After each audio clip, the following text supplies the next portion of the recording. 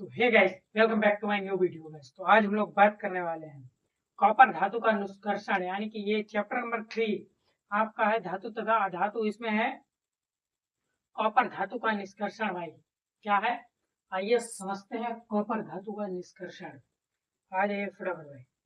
क्या है कॉपर धातु का निष्कर्षण? भाई है क्या, क्या है कॉपर धातु का निष्कर्षण क्या है, आइए तो समझते हैं फटाफट भाई। प्रकृति में क्या है, प्रकृति में कॉपर मुक्त और संयुक्त दोनों अवस्थाओं में पाई जाती है। क्या है, कॉपर प्रकृति में मुक्त और संयुक्त दोनों अवस्थाओं में पाई जाती है। कैसी अवस्थाओं में? मुक्त और संयुक्त अवस्थाओं में पाई जाती है। मुक्त अवस्था में यह मुक्त अवस्था में यह अमेरिका, स्वीडन, यूराल के पर्वतों पर, जबकि संयुक्त कहाँ पाई जाती है? भाई अगर कोई आपसे पूछे मुख्य अवस्था में क्या पाई जाती है, प्रकृति में कॉपर मुक्त और संयुक्त। प्रकृति में मुक्त कॉपर क्या है भाई, प्रकृति में मुक्त अवस्था में कॉपर कहाँ पाई जाती है? तो भाई अमेरिका, स्वीडन, यूराल कहाँ पाई जाती है? अमेरिका, अमेरिका, स्वीडन, यूराल कहाँ पाई जाती है? America, Sweden, Ural. आपने समझा भाई।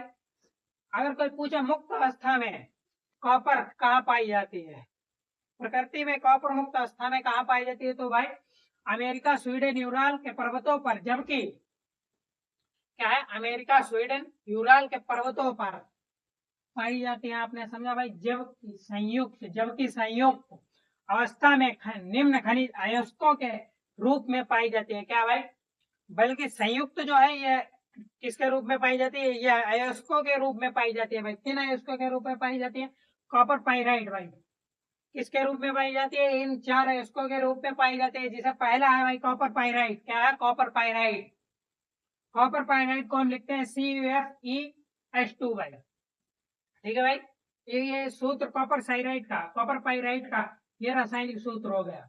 अब फिर पाई जाता है भाई बोराइनाइट। क्या है? बोराइनाइट। इसका सूत्र है Cu3FeS3। क्या है? Cu3FeS3। ठीक है, फिर पाई जाती है आपको कैल्कोसाइट। क्या है? कैल्कोसाइट। इसे लिखते हैं हम Cu25। किससे लिखते हैं? Cu25 कैल्कोसाइट। चौथा आपका क्यूपाइट। क्यूपाइट को हम लिखते हैं Cu20 Cu20।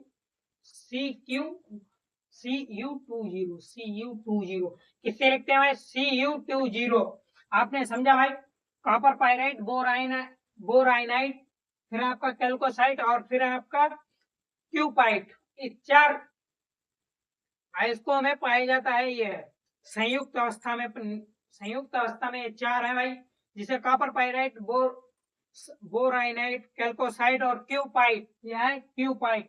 अब भाई आगे समझते हैं कॉपर पाइराइट का मुख्य अयस्क होता है। ये जो कॉपर पाइराइट है, क्या है? कॉपर पाइराइट यह कॉपर का मुख्य अयस्क होता है।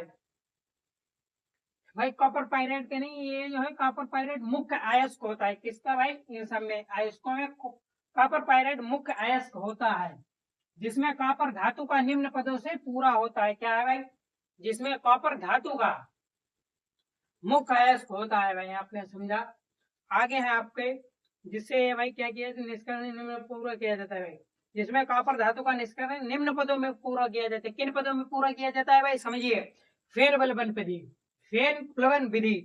फेन प्लवन विधि में भाई क्या किया जाता है? अयस्क को डाला जाता है और इसको धुला जाता है, और फिर आपका फेन प्लवन विधि भर्जन प्रगलन बेसेमरीकरण। क्या है? भर्जन प्रगलन बेसेमरीकरण। आपने समझा भाई। ठीक है, आगे है आपका फेन प्लवन विधि। क्या है? फेन प्लवन विधि लिख लेते हैं फटाफट।